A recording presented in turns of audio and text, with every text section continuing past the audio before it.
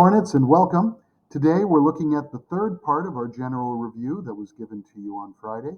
And in this video, we will be finishing up finding our derivatives for numbers 12, 13, 14, 15, and 16, and finding our limits in numbers 17 and 18. So let's go ahead and begin with our derivatives. And we're going to start with finding the derivative d dx of 3 sine x. Once again, that's 3 sine x. Let me quickly get that cleaned up for you. Again, that's 3 sine x. And then we are multiplying it by the natural log of x. Now, this is the product rule, and it requires me to start with the first part. Remember, we are looking at u, which is 3 sine x. Therefore, we have u prime, which is 3 cosine x. And we're looking at our v being the natural log of x, and v prime is 1 over x. The rule that we are working with is u prime v plus u v prime, and by direct substitution, I'm going to get 3 cosine of x times the natural log of x, and then I have plus the 3 sine x times 1 over x. This is the derivative. Now, I can simplify it, and I can get a common denominator, and for those of you who did, you ended up getting 3x cosine x, natural log of x, plus 3 sine x, and it's all over x. And these are the two options that we could have. Let's go to number 2. Number 2 gives us find the derivative d dx, and we are looking at 3x squared times cosine x. So as we do this, once again, we have our u. Our u is 3x squared. Our v is going to be cosine x. We're then going to have u prime, which is 6x. V prime is negative sine x. And we're going to put it together. So we have 6x cosine x minus, because of the negative, 3x squared sine x. Now, the only thing that we could possibly do with this is factor out 3x. And if we factor out the 3x, we are left with 2 cosine x minus sine x. And these are the two possible answers that we could get for number 13. This brings us to number 14. Number 14 is a fairly simple one compared to the ones that we just did, where we have 2e to the 3x. When we take our derivative, we are following the chain rule. That means that we're going to rewrite e to the 3x all by itself, and then we're going to multiply by the derivative of the inside. That's 3x, and the derivative of 3x is 3. When we simplify it, we're ending up with 6e to the 3x, and that is our answer. Going to number 15.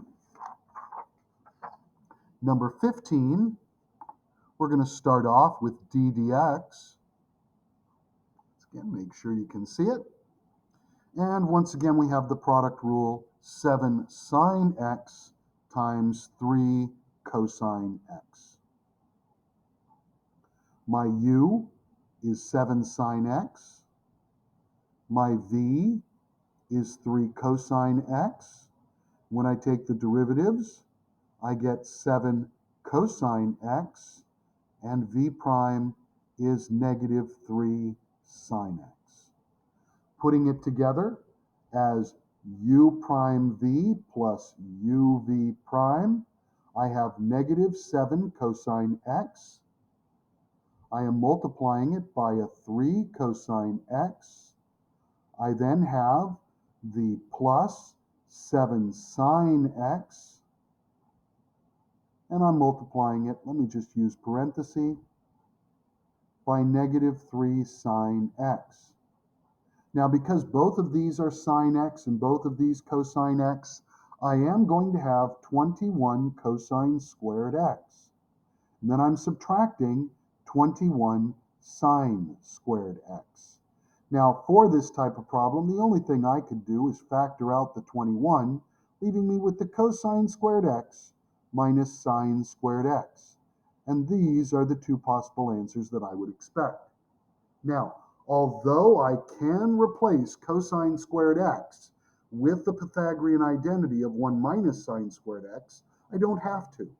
Nor do I have to replace sine squared x with 1 minus cosine squared x, its identity. They are possible, but very unlikely.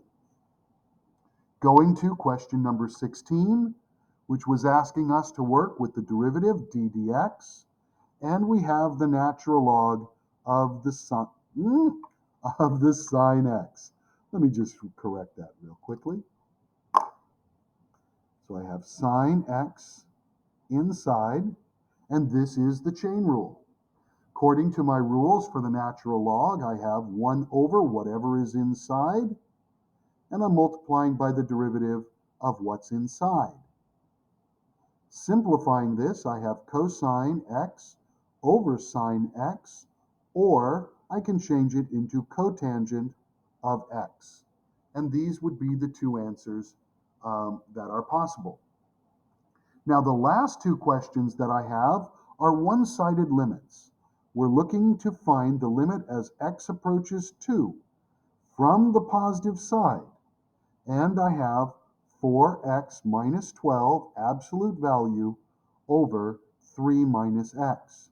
Because I have an absolute value, I'm going to make a table of values.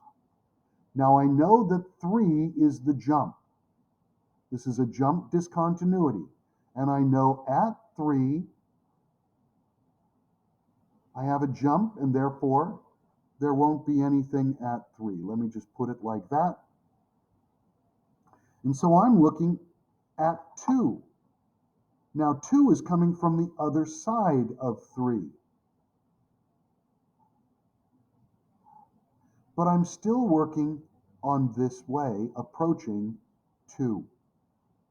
So it's the same value for 1 and 0. And when I plug this value in, you'll notice that we end up getting a positive, 3? So we have, let's just double check that. Nope. Let's see, that's 8. 8 minus 4. Let's see, 8 minus 12 is 4. 4 divided by, 1? 4 divided by 1 is a 4. So my answer is 4. Now keep in mind what's happening on this graph if we were to look at it. Here's 3, and 3 has the jump. So we have negative 4 to the right, positive 4 to the left, and I'm looking at x equals 2. And at x equals 2, I can see that my limit is a positive 4. Let's go ahead and take a look at the last question that we have on this worksheet. And the last question that I'm working with is finding the limit as x approaches 1 from the left, but this time I'm approaching the jump as opposed to approaching a value on one of the two sides. So because I have an absolute value, I make a table of values, and because I'm approaching from the left, I'm going to have the values to the left. So if this is 1, I want 0, negative 1, negative 2. Here's the f of x, which will be my limit. And 1 is the jump discontinuity. That's that place where it's jumping. So I'm going to plug in 0. I get a negative 1, positive 1 in the numerator after I take the absolute value, and my answer is negative 5. Plugging in the negative 1 and doing the same thing, positive 2 over a negative 2 is negative 1, times the times the 5 is a negative 5, and we see that it happens again. As a result, my answer is negative 5. Alrighty, I hope this has helped you to understand this worksheet, and I hope you go through it. The answers are also provided so that you can take a look. Please be well and be safe and take care, and thank you very much. Remember, it's easy to be mean, Hornets, so please work harder and try to be nice to each other. Even better, try to be kind. Remember, change starts from within. Thank you very much. Be well and be safe. Bye-bye, everybody.